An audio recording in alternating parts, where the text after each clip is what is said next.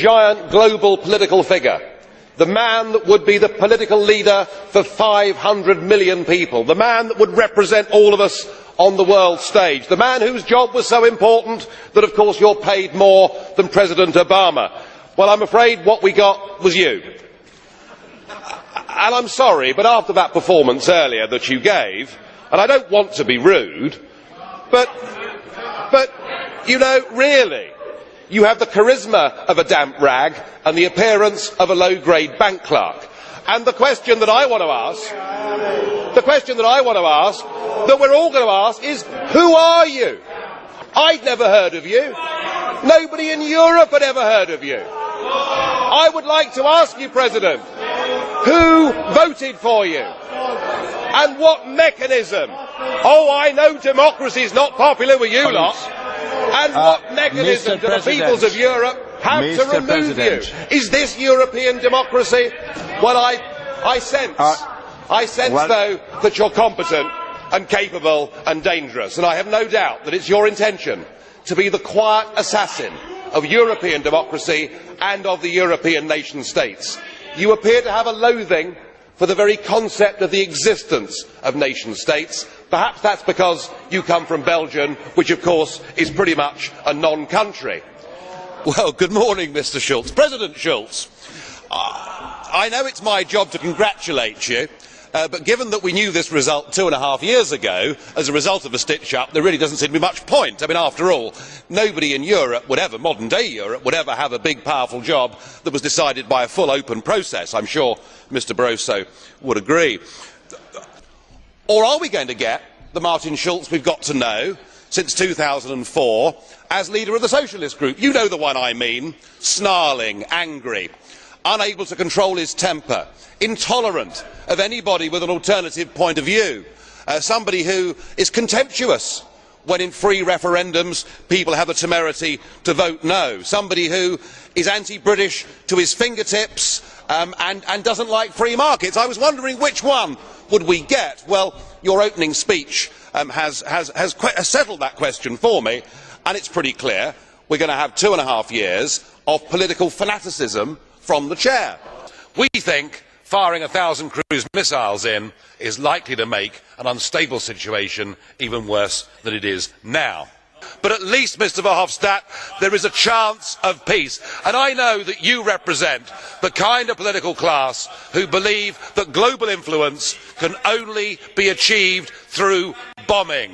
Well, luckily, unlike extreme EU nationalists like yourself, British democracy has proved that through nation-state parliaments, we've actually made people rethink. And Mr. Chairman, I have to say, Mr. Chairman, that as somebody that has been here now for 14 years, it's very ironic that the view that I used to represent was called extreme, but you can see the extreme militarists now. Thank you. We went to war in Iraq.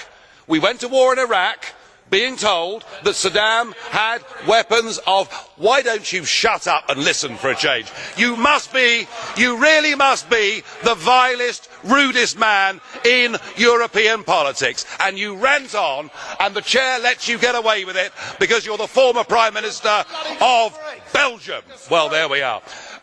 So, Mr. Tannock, I understand what you're saying. I understand something ghastly has happened here, but before you take military action, you need to be certain you're going to make things better and not worse. The time is over.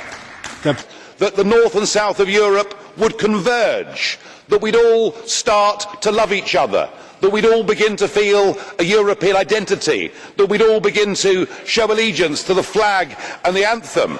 Those of us, of course, that criticised this were told that we were extremists and we lacked vision. Well, one vision we didn't lack is we understood that the countries of Europe are different, and that if you try and force together different people or different economies without first seeking the consent of those people, it is unlikely to work. And the plan has failed.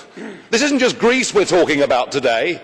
The whole of the Mediterranean now finds itself in the wrong currency. and yet virtually nobody in the political arena has got the courage to stand up and say that. Indeed, I feel that the continent is now divided from north to south. There is a new Berlin Wall, and it's called the euro.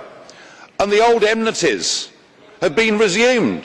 Just listen to the way that the German leader of the Christian Democrat group this morning attacked Mr. Spiras. I think it was absolutely disgusting, but it shows the way North and South now feel about each other. I've been wondering why David Cameron's been slashing our armed forces, won't commit to 2%, is happy for us not to be able to defend our islands. I think Mr Juncker's given us the answer. We're going to do it at an EU level. We're going to have a European army. Now, when I raised this last year with the Deputy Prime Minister, Liberal Democrat Nick Clegg, he said it was a dangerous fantasy to even talk about an EU army. I hope every Liberal Democrat voter has heard Mr Verhofstadt today, the leader of the European Liberals, crying out for militarisation at an EU level.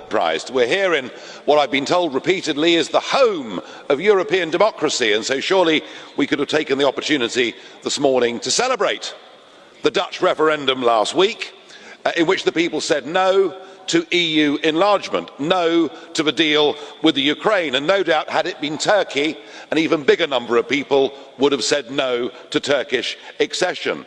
So it was a victory for democracy, but in particular it was a victory for a little organisation called Genpile, a group of young bloggers who managed to get together 427,000 signatures.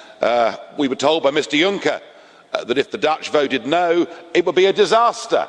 But he hasn't mentioned it today at all. And indeed, your predecessor, Mr Van Rompuy, my old mate, says we should just ignore the Dutch and carry on blithely. I thought, crikey, perhaps Blair's going to do it. Perhaps he really is going to reform and change. But no, under your presidency, there have been 3,350 new legislative acts. Total failure on economic reform. On the CAP, you said you'd work to achieve a consensus for reform. Well, in a way you have, I suppose, because you've got 24 countries against you. No CAP reform until 2014. On the budget, you said there'd be no surrender of the UK rebate. Well, it seems to me that you've given away £7 billion of British taxpayers' money for nothing in return. Your only achievement is to open talks with Turkey, which is opposed by the vast majority of people in Europe and will lead to an even higher bill. Why should we pay a penny piece into an organisation whose accounts have not been signed off by the auditors for the last 11 years in a row? This budget deal is game, set and match to President Chirac. No cheese-eating surrender monkey he. Unlike you, he stands up for the French national interest, not some bizarre notion of Europe, and he has outclassed and outplayed you at every turn. It's been said before. Hang on a second. Everybody else gets an extra minute, Mr. President. I'm asking for 10 seconds. Thank you. Which is why, Prime Minister, I urge you. It's often been said that you wanted to be the permanent President of Europe. Please stay on for a further 6 months, 6 more months of the British presidency, and they'll kick us out. Thank you.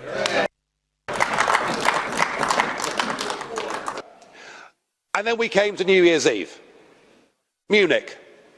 The train station, the main station, closed down because of a terrorist threat, the intelligence coming from Syria and Iraq. The very same train station that in September people had stood at, holding up their placards, refugees welcome. That irony was not lost on me.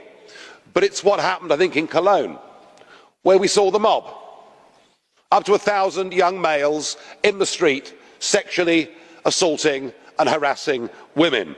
It is, I think, in many ways one of the most disgraceful public order events that we've seen in modern day Europe. And yet there was an attempt by the police and the press to cover it all up, and even the suggestion from some German politicians that German young women should change their dress and their mode of behaviour in the street, which I thought was a total insult. There's even a name for these assaults. A name for these assaults in Egypt, because they've now become commonplace and part of everyday life. And we ought to have the courage to send out a message to say these assaults must never be acceptable in any European town or city, and we'll do our damnedest to make sure that it never happens again.